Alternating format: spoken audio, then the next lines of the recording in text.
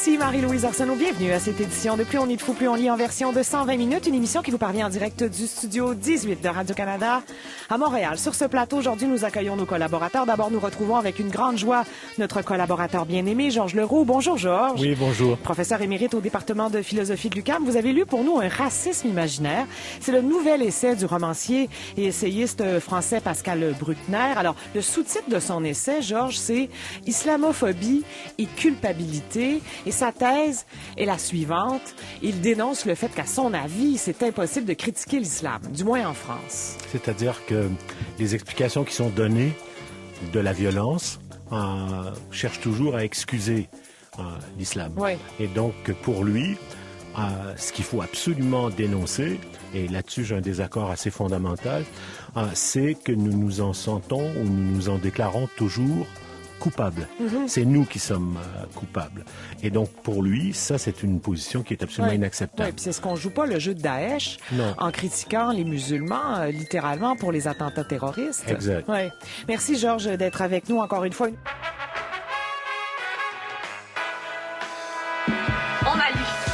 Au lendemain du dernier débat présidentiel qui a opposé Marine Le Pen et Emmanuel Macron hier soir sur les chaînes TF1 et France 2, l'écrivain Pascal Bruckner publie aujourd'hui dans le magazine Le Point un commentaire intitulé « Communisme et fascisme continue à fasciner ». Il dénonce le manque d'intérêt pour les deux derniers candidats, entre autres, pour un sujet qui, lui tient à cœur, la laïcité. Bruckner, qui a 68 ans aujourd'hui, est un des essayistes les plus en vue en France. Parmi ses livres les plus populaires, on compte L'euphorie perpétuelle et La sagesse de l'argent. Son plus récent ouvrage, Un racisme imaginaire, explore cette impossibilité. On disait en ouverture d'émission, Georges Leroux, selon lui, a critiqué l'islam. Vous avez lu son livre. Pourquoi vous vouliez lire Pascal Bruckner sur ça particulièrement, Georges? Parce que j'ai tout lu de lui.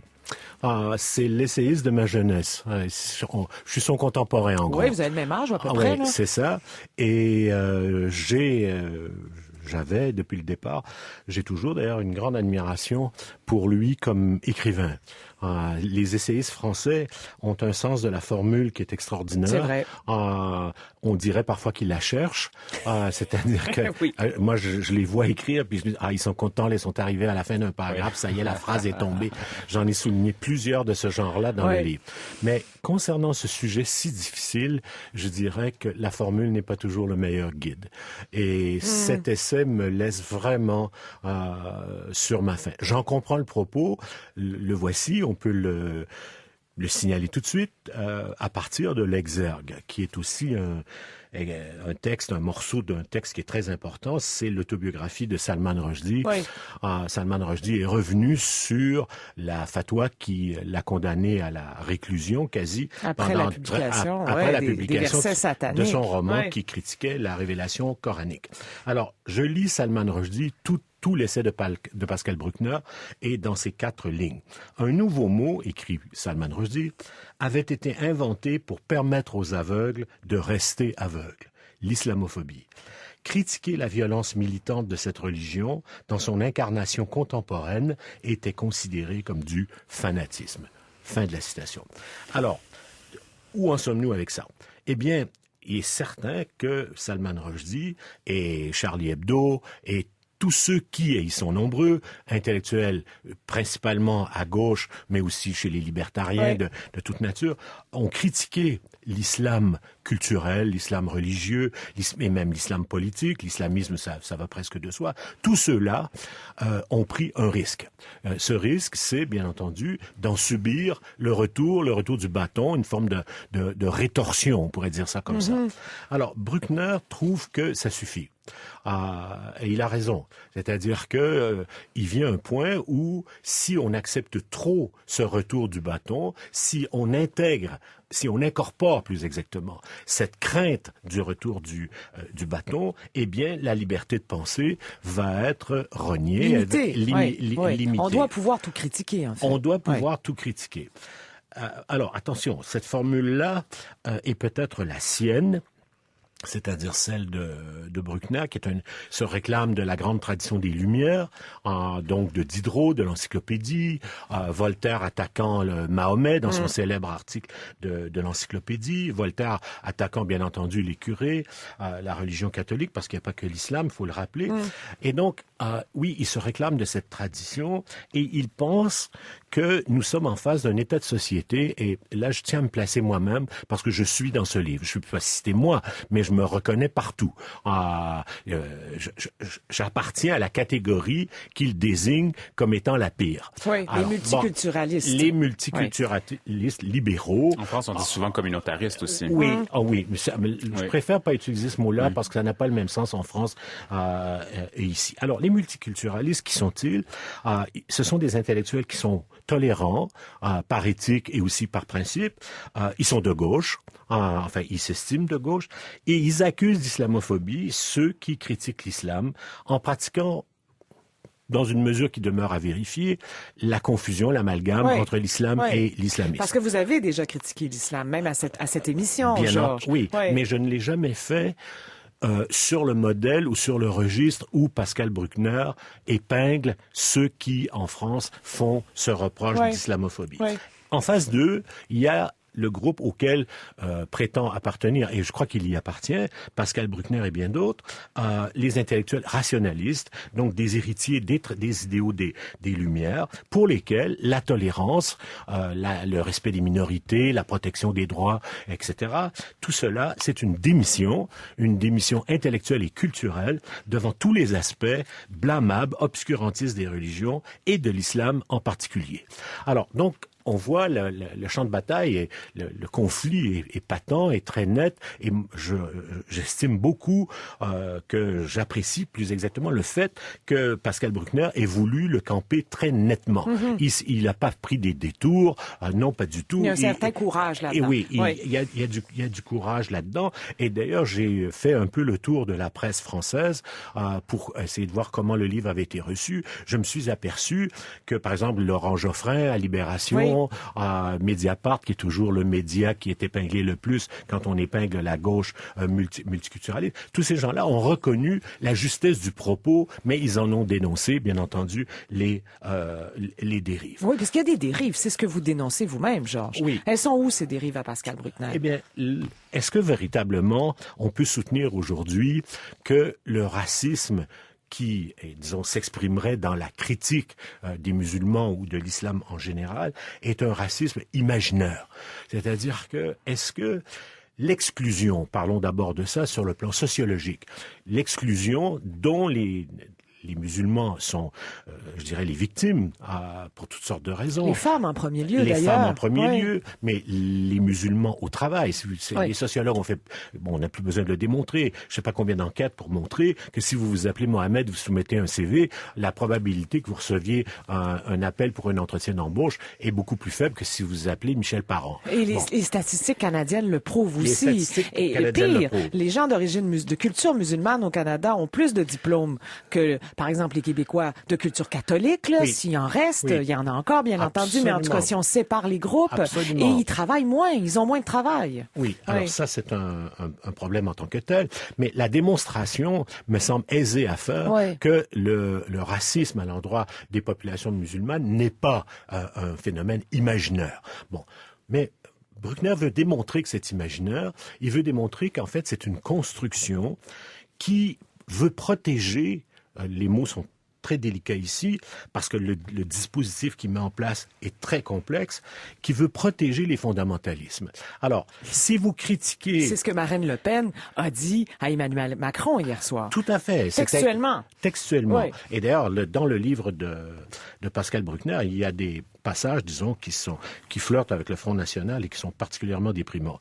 Mais revenons sur son sujet en tant que tel. Si vous accusez quelqu'un d'islamophobie, pense Bruckner, vous lui donnez la chance de protéger les fondamentalismes.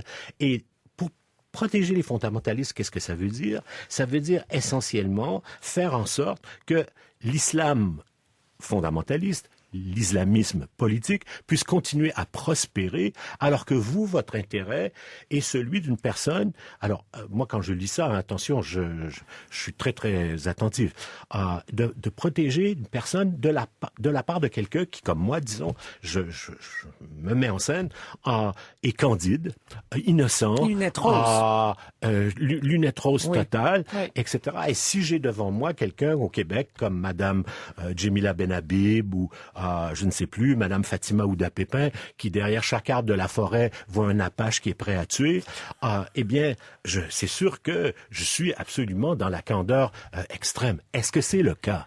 Quand nous disons, attention, une attaque constante contre les musulmans qui est l'équivalent de la discrimination, est-elle vraiment on imaginaire? On se fait accuser d'angélisme. D'angélisme. Oui. Alors voilà, oui. Ça c'est, je crois que là il y a une dérive. Mais la dérive la pire, à mon avis, enfin il y en a plusieurs, parce que plus le livre progresse, je dois le dire, plus il dérape. C'est un naufrage? Non, c'est pas un naufrage. C'est vraiment une position forte. Oui. Il faut y faire attention. Oui. C'est la laïcité française, c'est la laïcité d'exclusion, on pourrait dire comme ça. C'est-à-dire que si tu viens dans mon pays, il faut que tout le monde soit pareil, et c'est ça le principe de l'égalité. Tous ceux qui pensent que il peut y avoir des accommodements, de la tolérance raisonnable, enfin tout ce dont on a fait l'expérience ici avec la commission Bouchard-Taylor, tout cela, c'est la chose à ne pas faire, parce qu'on nourrit le fondamentalisme. Israël, je crois, assis à cette table, il le reconnaîtrait. Mais le dispositif devient compliqué et vraiment, à mon avis, exagéré quand le parallèle est fait avec l'antisémitisme. Parce que, en gros, Bruckner n'aime pas la gauche française. Il n'aime pas, c'est trop rapide de le dire ainsi, mais toutes les formes de gauche. Et on voit d'ailleurs par les noms des intellectuels qui citent, de Michel Foucault à Alain Grèche et tout, le monde diplomatique. En fait, tout le monde y passe dans ce livre. Il n'aime pas les compromis historique fait par la gauche avec ce qu'il considère l'exotisme oriental. Bon, c'est sûr que l'erreur de Michel Foucault concernant l'Iran et le potentiel, appelons-le messianique rédempteur de l'ayatollah Khomeini, c'est un peu de la caricature, mais je pense que Bruckner touche un point là. Il touche quelque chose de très important, c'est qu'il y a une illusion dans la gauche qui est plus que de la candeur, qui est une attente par rapport à la diversité qui ne sera jamais récompensé. Alors, où le dispositif excessif apparaît-il, c'est quand Bruckner pense que la gauche, qui cherche toujours, dit-il, des causes de s'affliger, de protéger le pauvre, le démuni. Il y a un portrait caricatural de la gauche là-dedans. La gauche est tellement haïe dans ce livre-là, c'est quelque chose... C'est très populaire comme discours d'ailleurs, la gauche, en France. Oui, ben, vous l'avez vu avec Marine Le Pen hier, la dénonciation de la compassion, et ainsi de suite. Alors, le dispositif est que les gauches, qui ont été très, très, très proches du racisme à l'endroit des Juifs, finalement, eh bien, ces gauches-là voient que ce racisme-là n'est plus, en quelque sorte, pertinent et qu'il faut le transférer. Bruckner parle de transsubstantiation, c'est un mot complètement loufoque là, pour dire les choses, mais de transsubstantiation, les musulmans veulent, je vais le dire simplement, capter l'héritage messianique des Juifs et attirer sur eux la compassion qui... Phénomène de victimisation, c'est ce dont il les accuse, en fait. Exactement. Vous en perdez votre crayon, Noémie? Non, mais vous semblez absolument abasourdi par les propos mais lisez-le, vous allez voir. Et ça touche même ce que serait le propos de faire un parallèle qui est historique entre la Shoah, c'est-à-dire le projet d'extermination, et la cause palestinienne. Alors, évidemment, il écrit des choses qui sont épouvantables, à mes yeux, en tout cas, sur ces questions, en particulier quand il dit que l'identification d'Israël aux colonisateurs blancs, donc dans la situation d'opposition à la cause palestinienne, et le dispositif par lequel la victimisation du musulman devient universelle. Nous sommes tous coupables, en d'autres mots, de quoi? Du comportement d'Israël vis-à-vis les Palestiniens. Écoutez-moi, là, ça, moi, non, je peux pas. Je me rends pas là. Les Palestiniens sont-ils, oui ou non, cause d'une oppression? Sont-ils, oui ou non, l'objet d'une colonisation? Sont-ils, oui ou non...